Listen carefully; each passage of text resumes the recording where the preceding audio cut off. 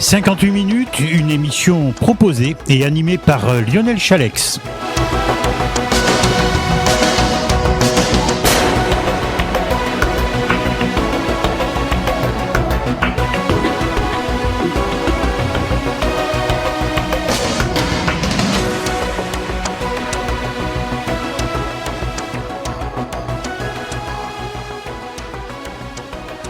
Bonjour à toutes et à tous, émission presque exceptionnelle. Aujourd'hui, dans 58 minutes, je reçois Jérôme Cosnard, qui est maire de Coutras. Jérôme Cosnard, bonjour.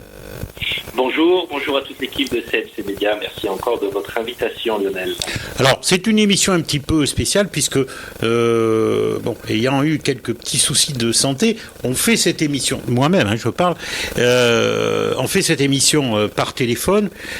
Donc, la qualité n'est peut-être pas tout à fait identique à celle du direct en studio. Mais, cher Jérôme Cosnard, on vous reçoit parfaitement ici, il n'y a pas de problème. Alors, vous avez marqué l'actualité ces jours derniers, c'est tout récent.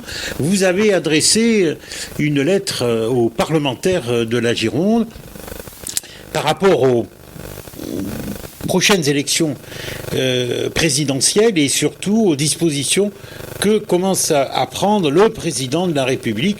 Vous avez été, peut-être que mon mot est un petit peu fort, mais vous avez été choqué, et vous allez nous dire pourquoi, et vous avez souhaité réagir par un courrier adressé à tous les parlementaires.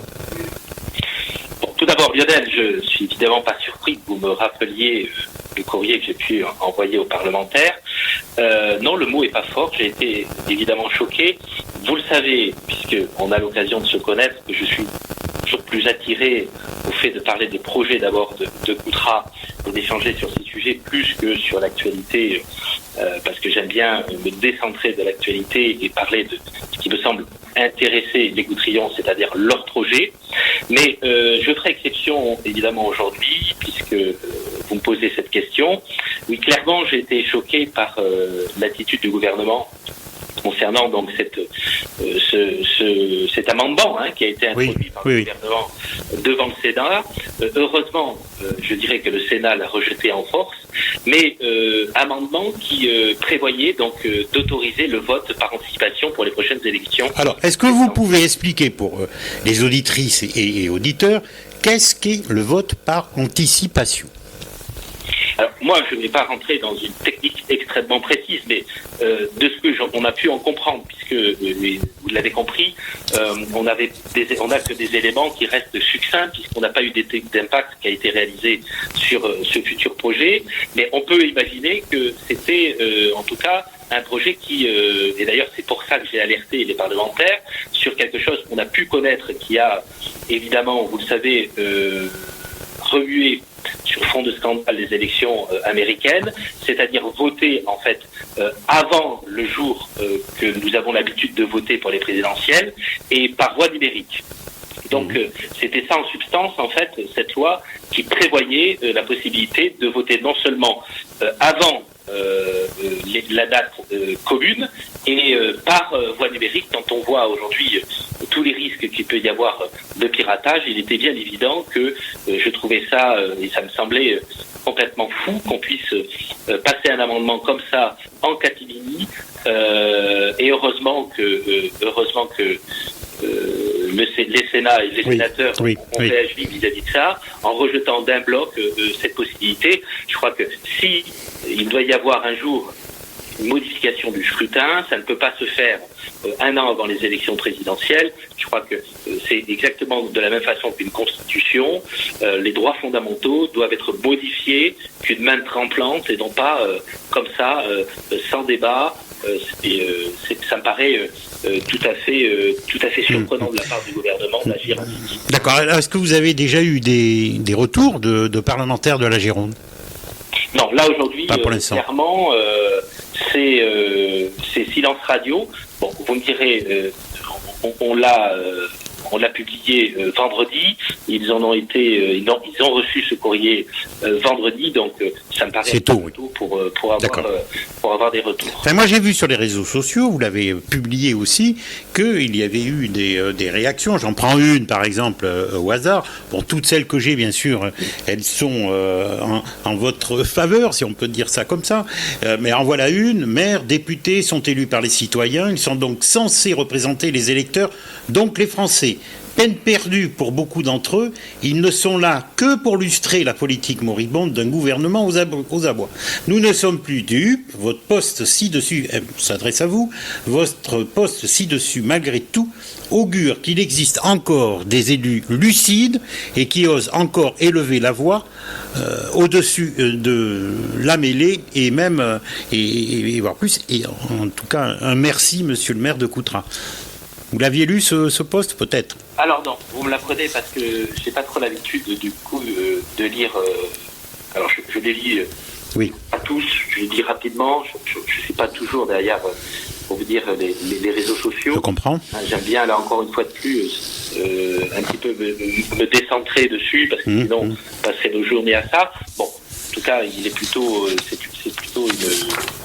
plutôt un auditeur qui a un retour positif sur la prise de position. Vous savez, ce qui m'a le plus surpris, c'est à la fois, je dirais, qu'on puisse envisager de modifier un scrutin qui, aujourd'hui, a créé des scandales dans d'autres pays, et aux États-Unis. Oui, en particulier.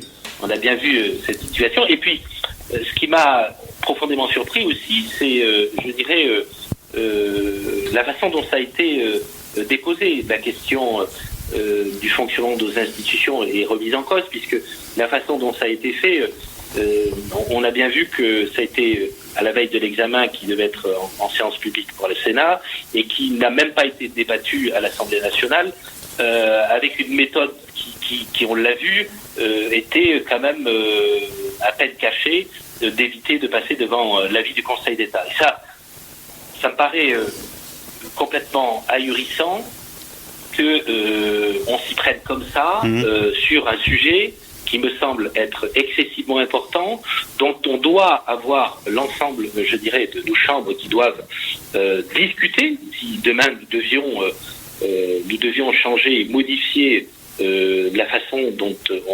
on vote, pourquoi pas? Je veux dire, moi je suis pas contre l'esprit de réforme, mais il me semble qu'il est important que ce débat soit évidemment mis à tous les niveaux de toutes les institutions, qu'elle soit même discutée, je dirais, à l'échelon territorial, parce que je crois que tous les élus, en tout cas, et même les citoyens ont le droit, et c'est évident, à porter un avis sur ce qui fait le fondement de notre société, c'est-à-dire de notre République, c'est quand même ces élections présidentielles. Et donc, quand je vois qu'aujourd'hui, alors évidemment, derrière ça, on me dira qu'il y a une crise sanitaire, je l'entends, mais bon, vous voyez quand même que aujourd'hui, on déporte des élections départementales et régionales en juin. Bon, ok, très bien, il y a une situation sanitaire, mais je reste quand même assez surpris qu'aujourd'hui, je dirais, le principe démocratique des élections, en fait, ne soit plus discuté au sens large du terme et que on soit malheureusement mis sous une situation de cloche avec cette loi d'urgence qui au fond, à mon sens, bafoue un petit peu les principes fondamentaux et constitutionnels de notre société. Je crois que là aujourd'hui, il faut vraiment qu'on sorte de cette situation. Je ne vois pas en quoi cette situation sanitaire et cette crise sanitaire nous empêche de faire marcher des comment dirais-je, des institutions normalement. Le débat sur la crise sanitaire et sur les mesures, c'est une chose. Ok, très bien. Je crois que, et d'ailleurs, j'ai pas envie spécialement d'en débattre. Ça serait peut-être d'ailleurs, ça pourrait faire l'objet d'un autre rendez-vous ensemble. Mais je crois que là aujourd'hui, qu'est-ce qui nous empêche aujourd'hui d'avoir une démocratie, une république qui marche et qui fonctionne normalement? Eh bien, à mon sens, rien. Et donc, ces lois d'urgence, si vous voulez, elles m'inquiètent. Parce que derrière, on le voit bien que ça permet quand même au gouvernement puisque là, aujourd'hui, clairement, le gouvernement, il se résume à un chef d'État et à deux conseils de sécurité et conseil scientifique. Hein. Donc, que je sache, c'est pas un fonctionnement, une situation normale. Et donc, moi, j'en appelle clairement à ce qu'on revienne à nos principes de liberté, nos principes constitutionnels, nos principes de droits fondamentaux, c'est-à-dire des institutions avec les différentes chambres parlementaires et les différentes institutions, qu'elles soient départementales, régionales, intercommunales et des collectivités qui puissent fonctionner normalement pour que le débat soit ouvert entre tous les citoyens. Vous en avez parlé avec d'autres élus locaux, en dehors bien sûr de votre courrier au niveau des parlementaires, hein. Mais est-ce qu'avec d'autres collègues élus, vous avez échangé sur ce thème-là ou pas? En fait, pour être très sincère, assez peu. On sent une forme de malaise. Je ne vous cache pas, oui. Vis-à-vis de cette situation. Nous avons, malheureusement, puisque la situation sanitaire, évidemment, nous l'impose, beaucoup moins de temps d'échange, hein, parce que, évidemment, on peut toujours le faire en distanciel, mais clairement, les débats ne sont pas de même qualité. Le fait d'être en présence, le fait d'être autour d'une table, facilite quand même bien plus largement les débats. Et puis, on voit bien on est dans une situation tout à fait exceptionnelle. Et cette exception, si vous voulez, la situation que l'on vit aujourd'hui, on sent globalement, à mon sens, on sent globalement plutôt une forme de malaise qui n'ouvre pas plus le débat que ça sur cette situation, non pas sanitaire, mais sur cette situation de gestion de l'État. Allez, nous allons changer de sujet. Nous allons quand même rester dans l'actualité, puis après, on va parler bien évidemment. Je vois sur les réseaux sociaux et sur votre page, par exemple, que vous bougez beaucoup, mais on va en parler dans quelques minutes. Juste, on revient à l'actualité, ou on vient à l'actualité ici sur le plan national. Vous avez entendu, sûrement comme moi, comme nous, qu'à Lyon, dans les cantines, on supprime la viande. Est-ce qu'à Coutras, vous allez supprimer la viande? Non, non. Clairement, moi, vous le savez, je suis pour une politique qui soit pragmatique et non pas idéologique et sectaire. Là, c'est des prises de position qui n'ont pas de sens. Clairement, je n'ai même pas envie de la commenter. D'accord. Revenons à des choses sérieuses. Ça pourtant, bien sûr, qui sera pas évident. Non, mais c'est quand même sérieux.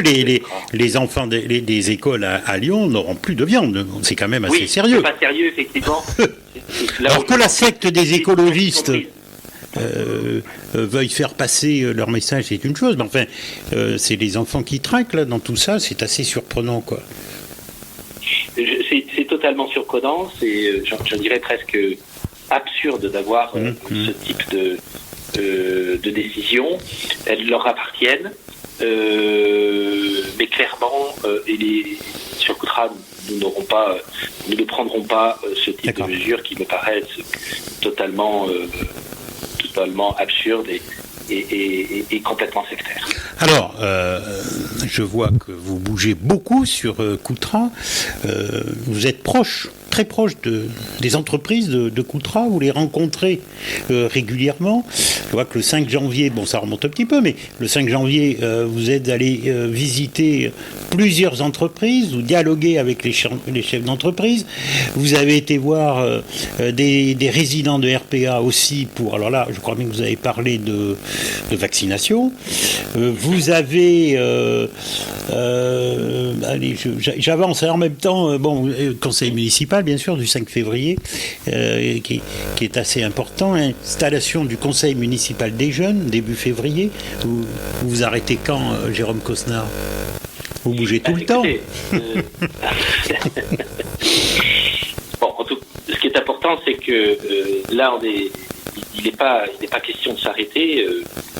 Vous connaissez mon esprit fidèle aux engagements que l'on peut avoir, que je peux avoir vis-à-vis des administrés et des Coutrions. On a un programme, on a 50 propositions. Je trouve que la situation telle qu'elle est aujourd'hui, c'est une situation évidemment compliquée pour tout le monde, et que les premiers qui seront prêts à la sortie de cette crise sanitaire, parce qu'il faut tous l'espérer, qu'on en sorte le plus vite possible, je pense qu'il sera important d'être prêt pour le rebond. Voilà. Donc la commune de Coutras, et d'ailleurs je profite très largement de ce moment pour remercier à la fois les agents qui jouent un jeu exceptionnel, qui sont extrêmement mobilisés sur les projets de la collectivité, mais je remercie aussi tous les élus de mon équipe qui d'un seul bloc se mobilisent pour les projets de la commune. Et donc notre esprit, c'est évidemment de travailler en force. Je peux vous assurer que on mobilise notre énergie pour l'ensemble de ces projets, puisque on va en parler là, comme Maison France Service. On va en parler. Là, c'est on en parlera, voilà. Mais dans les minutes qui suivent. Qui avancent bien, et donc on sera au top départ le jour où la vie redeviendra, je l'espère, rapidement normale. Jérôme Cosnard, monsieur le maire de Coutras, on va faire une première pause, et puis justement, aussitôt après, nous allons parler des projets qui vous tiennent à cœur, que vous avez lancés pour la ville de Coutras. Écoutez, merci beaucoup.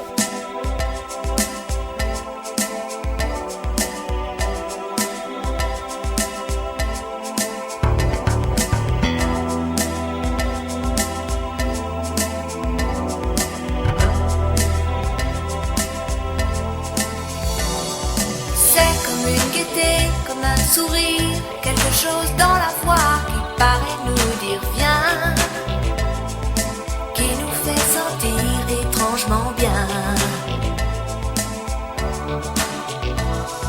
C'est comme toute l'histoire du peuple noir qui se balance entre l'amour et les espoirs. Quelque chose qui danse en toi. Si tu l'as, tu l'as.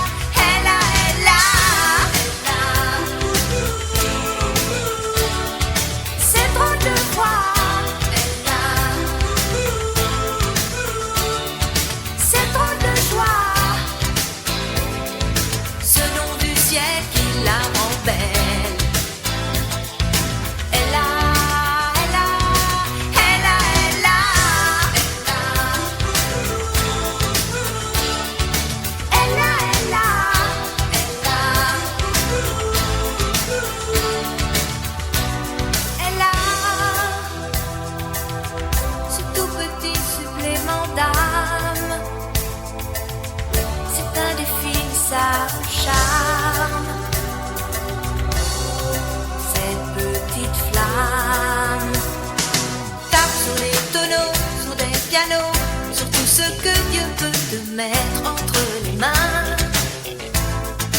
Montre ton rire ou ton chagrin. Mais que tu n'aies rien, que tu sois roi, que tu cherches encore les pouvoirs qui dorment en toi. Tu vois, ça ne s'achète pas. Quand tu l'as,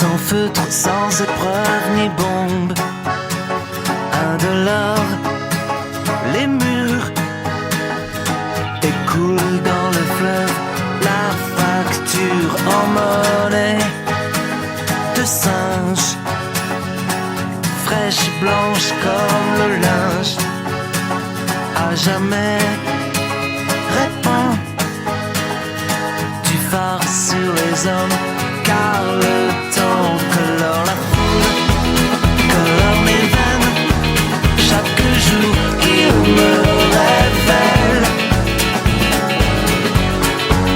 en chair de poule, en bleu du ciel, et la foule sort de mes veines.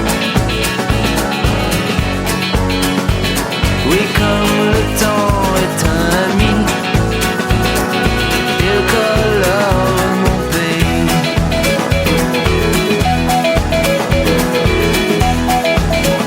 Tes dieux, mes sœurs, j'en vois de toutes les couleurs.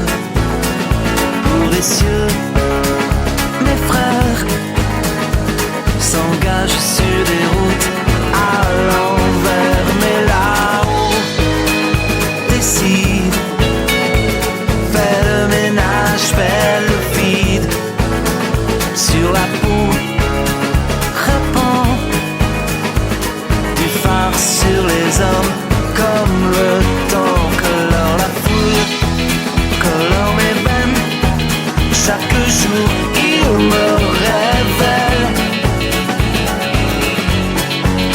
en chair de poule, en bleu du ciel, et la foule sort de mes veines. Oui, comme le temps est un ami, il colore mon pays.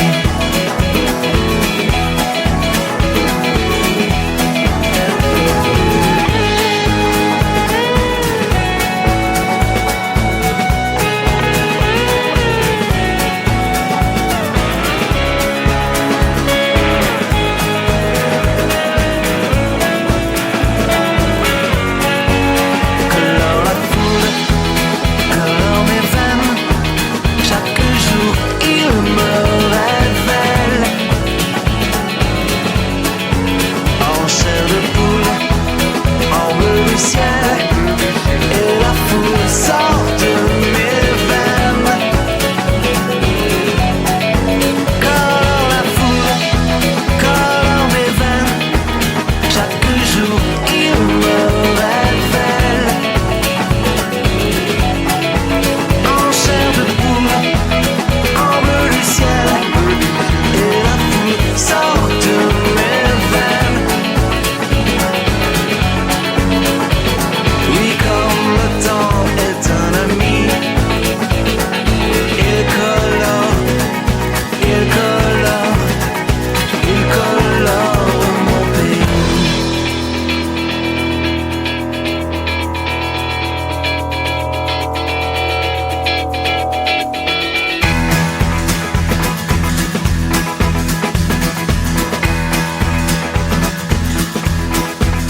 Colore la foule, colore mes veines, chaque jour sort de mes veines. Colore, colore, colore, colore, colore, colore.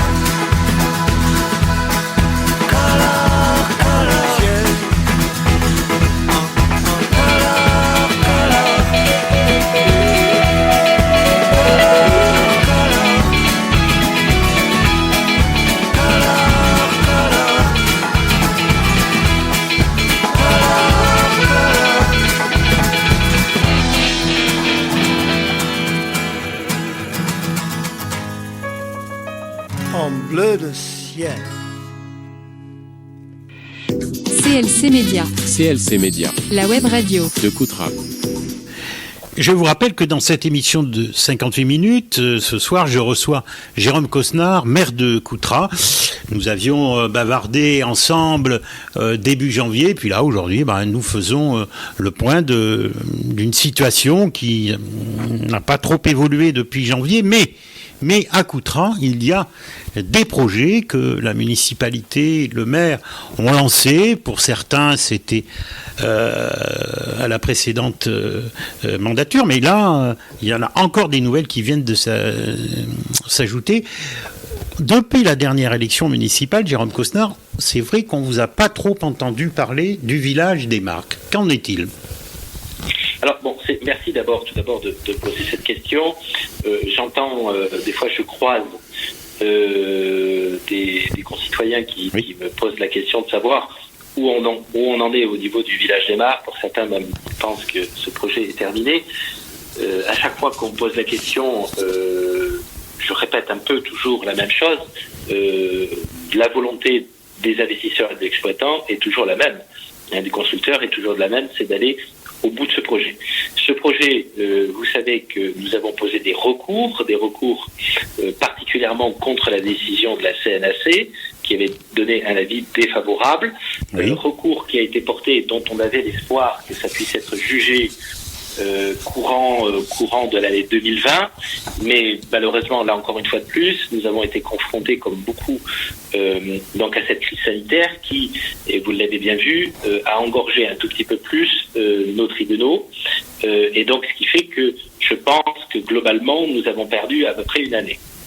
Donc aujourd'hui, ce que je peux dire, c'est que évidemment, on a l'espoir de passer sur le second semestre de cette année 2021 pour ce recours donc contre la décision en appel de la CNAC, et que ce que je peux dire aussi, puisque j'ai eu l'occasion d'avoir en visioconférence il y a à peu près une quinzaine de jours de ça, à la fois Vinci, c'est-à-dire le constructeur, le promoteur, le constructeur, pardonnez-moi, et aussi l'exploitant, ainsi que l'investisseur, et que tous, évidemment, sont attentifs, très attentifs à la décision de la Cour d'appel concernant donc la décision de la CNAC, et que pour une chose qui paraît assez logique, l'investisseur m'expliquait qu'il avait déjà engagé plus d'1 million d'euros sur ce projet, avec les phases d'études et les recours, et qu'il n'était pas question pour lui d'abandonner un projet sur lequel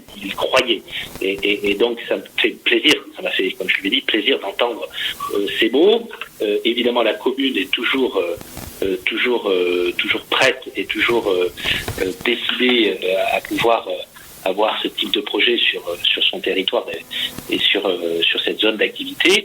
Donc, je peux simplement dire aujourd'hui que nous restons toujours sur ce temps judiciaire, tant que nous ne maîtrisons pas, mais contrairement à ce que peut-être une idée reçue ou ce qui peut peut-être se dire en off, ce projet aujourd'hui est toujours vivant.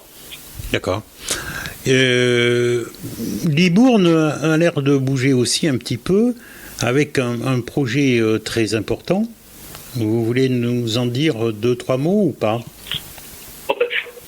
Sur le projet lui-même, il est assez difficile d'en parler parce que je ne connais pas beaucoup plus que ce que j'ai pu lire sur les lignes des différents quotidiens. Simplement, ce que je peux dire, c'est que pour moi, je trouve que c'est extraordinaire pour le territoire que d'avoir des projets aussi importants que cela, avec, je dirais, un promoteur investisseur qui est à la fois quelqu'un qui est notoirement connu, avec un projet extrêmement ambitieux et dont j'attends, je ne cache pas, comme je pense pour beaucoup, d'avoir des éléments plus précis sur ce projet. Mais bon, je vous cache, je suis très heureux parce que pour moi, tous ces projets-là sont complémentaires.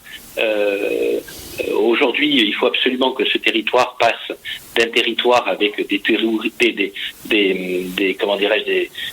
touristes qui soient des touristes excursionnistes à des touristes qui deviennent et qui qui viennent faire des séjours, parce que la plus grosse problématique qu'on peut avoir sur notre territoire, c'est que on a un phare qui est CNT-Bilion, et malheureusement on n'a pas de port d'attache qui permettent aujourd'hui à avoir des touristes qui puissent y séjourner plus longtemps qu'une seule journée. C'est depuis des années que j'entends ce problème. Comment ? Ça fait des années que j'entends ce problème, du reste. Oui, et bien c'est pour ça que je suis optimiste d'avoir des gros projets tels que celui des OG, mais aussi celui du village des Marques, puisque pour ma part, et vous le savez, j'ai toujours pensé, et je le dis et je le redis, que l'économie, c'est plus d'économie. C'est pas en créant moins d'économie qu'on créera plus d'économie, et que j'ai toujours eu une vision très ouverte sur le développement économique. J'ai toujours pensé que ce qui était bon pour les uns était bon pour les autres, et que le projet de l'ESOG, c'est un projet qui visiblement est un très beau projet. S'il peut être accompagné par le village des Marques, c'est une excellente chose. Nous avons aussi le centre aquatique sur le Libournais, mais on a aussi le bras de contournement sur Coutras. Nous avons de magnifiques rivières avec des collectivités comme Guîtres qui sont en train aussi de sortir un petit peu et d'avoir des ambitions pour des projets touristiques d'ampleur. Et ça, c'est une belle chose, parce que Guîtres est une commune vraiment d'architecturale de qualité. Il y a aussi sur Guîtres le petit train, et ça c'est important. On a l'occasion d'avoir le Boulet de Porchère qui est pas très loin. Donc ce qui fait que on a, je pense, un territoire qui aujourd'hui s'organise de façon à en faire une référence touristique. Et donc, quand je vois des projets aussi ambitieux que les OG, je ne peux en être que ravi. Alors, vous avez obtenu un dispositif Petite Ville de demain, ce qui vous permet, et peut-être même voire d'accélérer la mise en œuvre de certains projets. Par exemple, la rénovation du marché couvert. Vous annoncez la fin des travaux pour 2023. Absolument. Ça, c'est l'objectif qu'on s'est fixé. C'est un projet qui aujourd'hui aussi date dans le sens où on s'y est pas pris depuis 2 jours.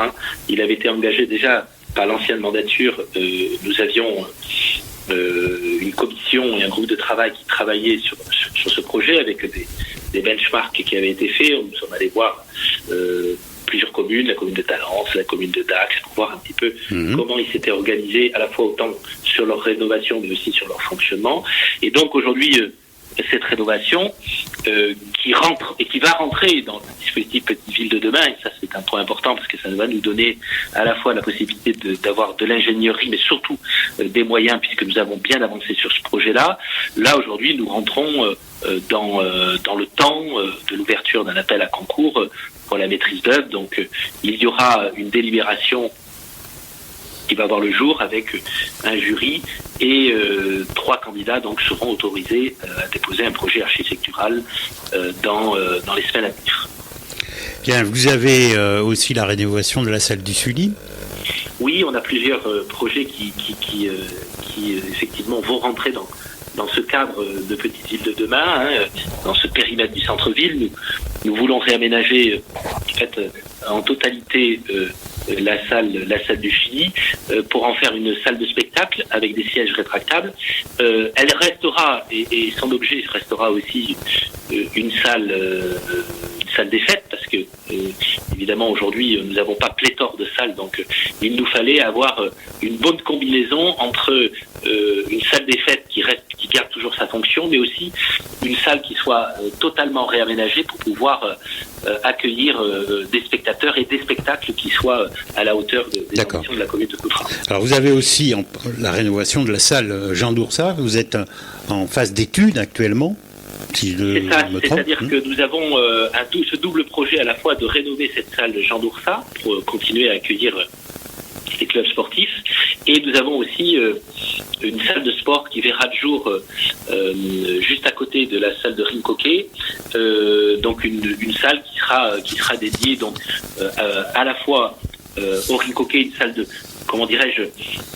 spectacle pour le sport, un vrai temple du spectacle pour le sport, parce que je pense que des sports comme le Rincoquet, mais aussi le hand, le basket, sont des sports qui à la fois évidemment sont extrêmement agréable sur le plan sportif, mais si ils veulent avoir, je pense, un jour de porter des ambitions, ça doit en devenir aussi de véritables shows et de véritables spectacles. Donc l'esprit de cette salle, c'est qu'elle sera donc adaptée pour pouvoir accueillir à la fois le basket, le handball et le rink hockey, et la salle de rink hockey qui sera juste à côté, accolée, sera totalement rénovée pour en faire une véritable salle de show. La piscine municipale, vous êtes là aussi en phase d'étude pour une couverture de la piscine municipale. Un projet là aussi fort intéressant. Il y en a. Où c'est qu'il y a des. Moi qui ne suis pas trop du Libournais, mais où c'est qu'il y a des piscines couvertes dans le Libournais? Alors, on n'en a pas beaucoup de piscines couvertes. C'est d'ailleurs un véritable problème. Aujourd'hui, nous avons la piscine couverte de Saint-Srin, et puis nous avons donc quelque chose qui peut s'apparenter. Alors évidemment, c'est pas tout à fait, je pense, le même objet, puisque c'est le centre aquatique du Libournais, qui est d'abord avant tout plus un centre aquatique que l'esprit qu'on peut se faire d'une piscine couverte à une dimension beaucoup plus petite. Hein. On n'a évidemment pas cette ambition-là.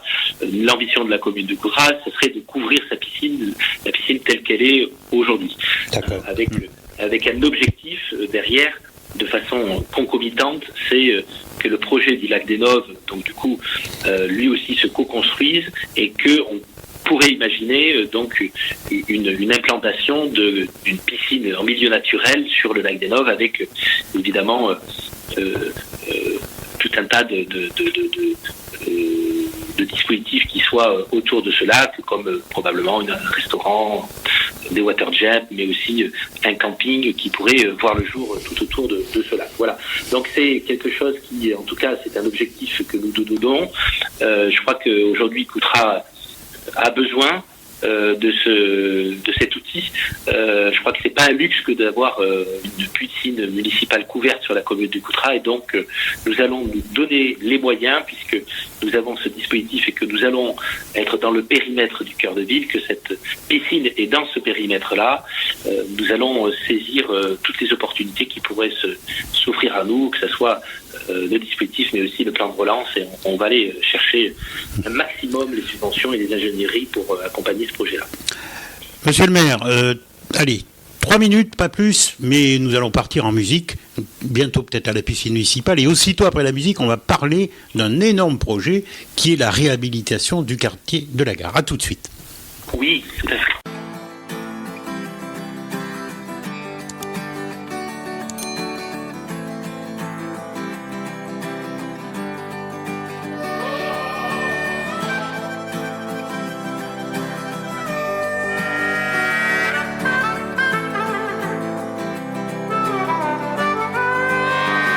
La vie est une scène, je fais mon cinéma. Je dis que tout baigne, même quand ça ne va pas. Il m'arrive même de pleurer dans mes bras, tard dans la nuit, pour que personne me voie. Non, ce n'est pas facile de vivre avec soi, de faire ce que les autres attendent de toi, de dire ça va toujours quand ça va toujours pas, de traîner ta peine et traîner ta joie.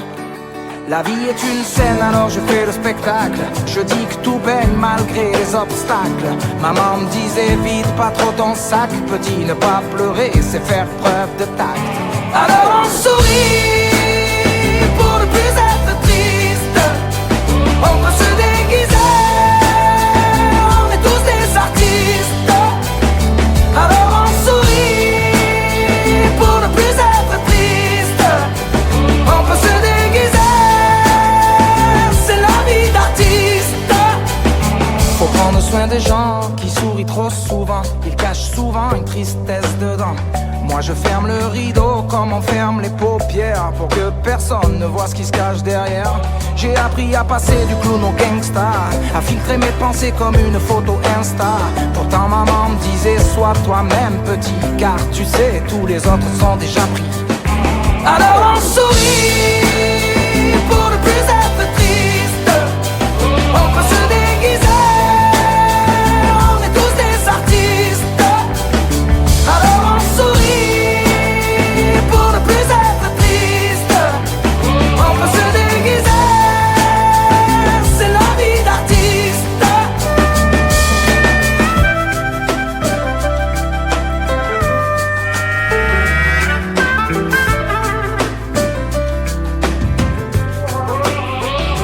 La vie est une scène, on improvise. On apprend à danser sous la pluie, à maquiller nos vies et on en sourit. Alors on sourit pour ne plus être triste. On peut se déguiser, on est tous des artistes. Alors on sourit pour ne plus être triste. On peut se déguiser, c'est la vie d'artiste.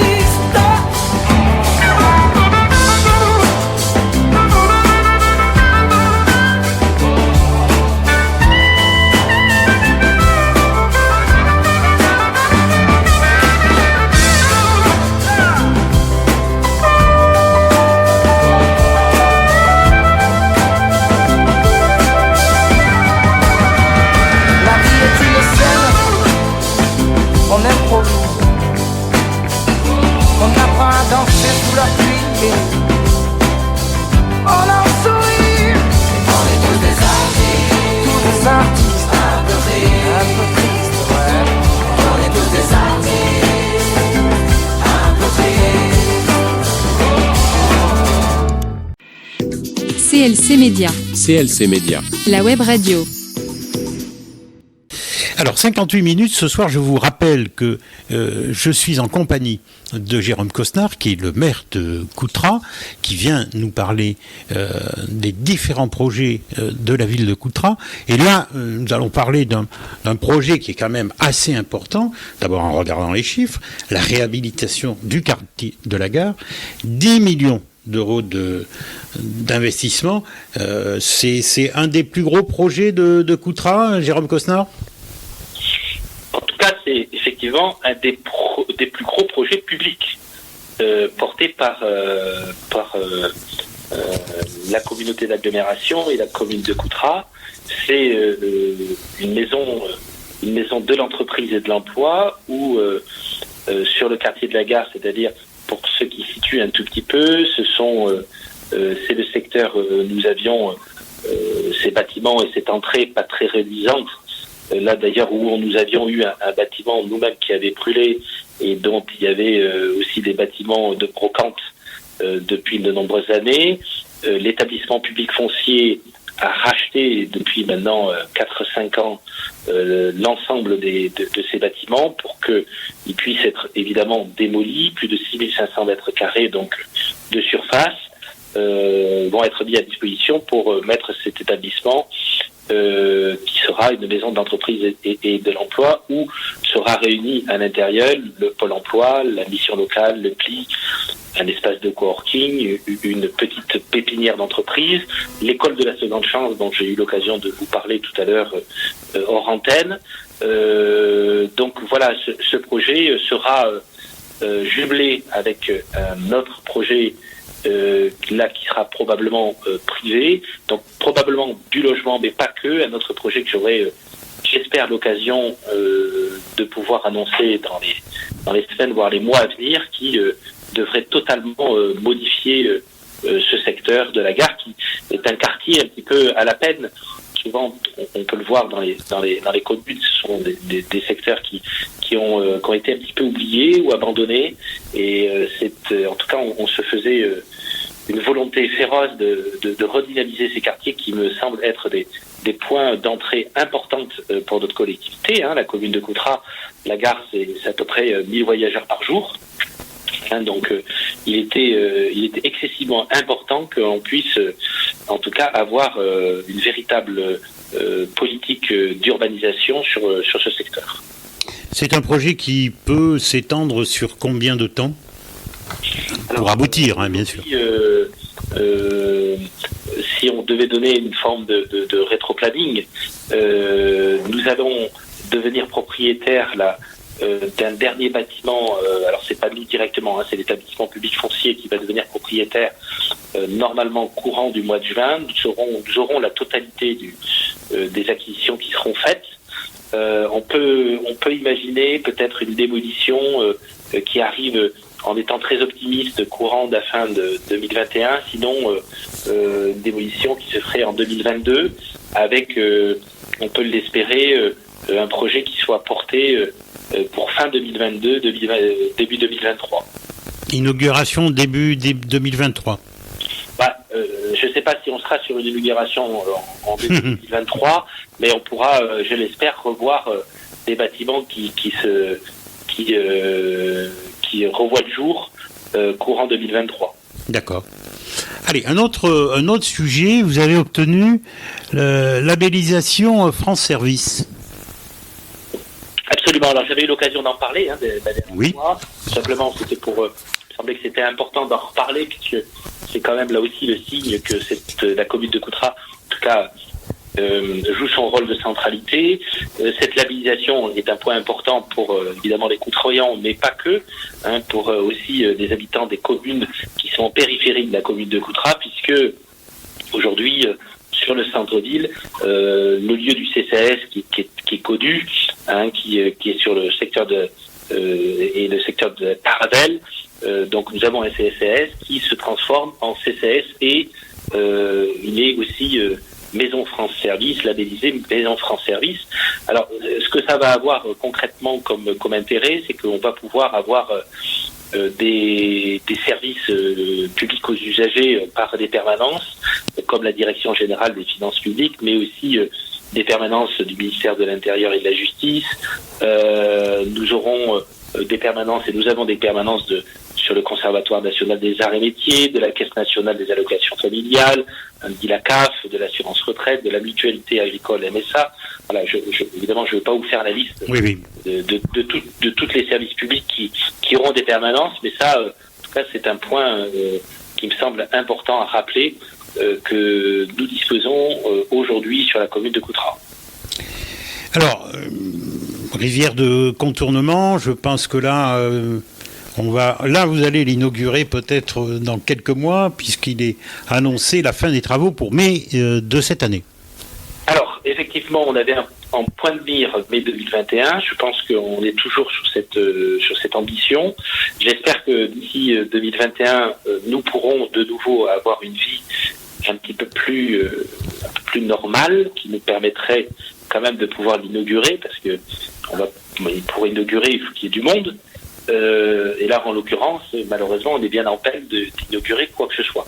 Mais oui, pour ce qui est du projet, lui, il devrait être prêt donc fin mai, fin mai 2021. Donc, on est toujours sur sur ce temps. Et ce qui nous permettra derrière aussi de pouvoir espérer avec un brin d'optimisme de pouvoir avoir notre guinguette avec une gérance qui pourra fonctionner dès cette année. Notre crainte était d'avoir perdu une année, mais visiblement on devrait arriver à tenir les temps, et donc nous aurons l'occasion à la fois d'avoir ce dispositif de bras de contournement qui est, comme je le rappelle, quelque chose d'exceptionnel, puisque ça va permettre de contourner notre drone, à la fois pour avoir une continuité écologique, mais aussi pour pouvoir faire du canoë sur l'ensemble de notre rivière, et en même temps d'avoir cette guinguette qui pourra fonctionner avec un lieu magnifique qui est le lieu du Frais Rivage. Bon, écoutez, on se donne rendez-vous en mai. Eh bien, avec plaisir. Lionel, avec un grand plaisir. Alors, dernier projet qui est prévu pour la fin des travaux, c'est la MAC, le deuxième semestre de 2021. Des travaux assez conséquents, je crois bien. Oui, alors là aussi, nous avons perdu un petit peu de temps, puisque initialement, il était plutôt prévu pour le début de l'année, avec une inauguration sur le début de l'année. Tout le monde a bien compris qu'on est dans une situation exceptionnelle, et que, évidemment, cette exception fait que on a des temps un peu plus longs. Donc, en tout cas, la mise en disponibilité de ce bâtiment qui est un bâtiment culturel, qui était l'ancienne gendarmerie, verra le jour plutôt au second semestre. Mais là, toujours est-il aussi qu'il faudra quand même qu'on soit sorti de cette situation, puisque on pourrait disposer des locaux bon là aujourd'hui il nous reste encore, on est sur la partie définition, on pourrait disposer des locaux sans pouvoir les utiliser concrètement, puisque aujourd'hui je vous rappelle que tous les bâtiments et tous les lieux publics sont interdits au public, hein, que ce soit à la fois pour les associations, mais aussi les associations culturelles, malheureusement, elles ne peuvent pas disposer des locaux pour pouvoir exercer en tout cas leur objet. Et j'en suis bien triste parce que je crois que là on perd beaucoup, et j'espère qu'on va pouvoir retrouver une vie normale le plus rapidement possible, parce que ça commence à devenir long pour tout le monde, et évidemment très long pour le milieu associatif lui aussi. Alors, dernier sujet, je sais que vous y attachez beaucoup d'importance. Il y a eu un fait divers début du mois, et avec ce fait divers, il a été démontré que le travail gendarmerie, police municipale, excusez l'expression, mais ça paye. Ça paye puisque 3 cambrioleurs ont été arrêtés en flagrant délit. Je pense que c'est peut-être une première, si je peux me permettre. Corrigez-moi si je me trompe. Vous devez être très satisfait, monsieur le maire. Oui, alors c'est pas une première, parce que nous avons déjà on collabore au quotidien, et nous avons déjà, grâce à la vidéoprotection, pu résoudre des situations de cambriolage comme celle-là. Sauf que là, le fait exceptionnel, je dirais, c'est presque la rapidité, hein, puisque ce sont 3 jeunes de la région bordelaise qui étaient venus par le biais de la gare un vendredi soir et s'étaient arrêtés à la gare de Coutras, et donc ont à la fois cambriolé des magasins mais aussi des habitations, et grâce à la vidéoprotection, nous avons pu les identifier et suivre leur parcours. Donc il y a eu dès le samedi matin une interpellation qui a été réalisée, et donc effectivement ça a été l'occasion pour moi de remercier le travail de la gendarmerie, qui, avec la police municipale, ont rendu en tout cas un travail exceptionnel, avec une célérité, une vitesse tout à fait remarquable. Et donc, oui, en tout cas, la collaboration à Coutras est un point important entre la police nationale et la police municipale. Tiens, monsieur le maire, dernière remarque, dernière question, avant de nous séparer. Il fait bon vivre à Coutras? Bien sûr qu'il fait bon vivre à Coutras, et en tout cas, c'est un objectif au-delà des projets que nous essayons en tout cas d'avoir en tête. C'est important de garder de l'optimisme même dans des situations difficiles. C'est important que les Coutrions en tout cas aient cet optimisme. Il faut qu'ils sachent que il y a une équipe à la fois auprès des agents, mais aussi auprès des élus qui sont là, qui en tout cas ne sont pas démotivés même par rapport à cette situation, qui restent extrêmement motivés à atteindre ce pourquoi nous avons été élus, donc à poursuivre les projets. Et puis oui, je crois que, je l'espère, en tout cas c'est comme ça que nous le souhaitons, qu'on soit sur un secteur où les gens se sentent bien, et que vous l'avez dit, ce terme de il faut bon vivre, je crois que ça nous correspond, et c'est comme ça qu'on souhaite que Coutras soit. Merci monsieur le maire. Merci monsieur le maire d'avoir accordé votre participation bien évidemment à cette émission, un petit peu exceptionnelle puisque nous sommes en liaison téléphonique, mais tout va rentrer dans l'ordre dans peu de temps, j'espère.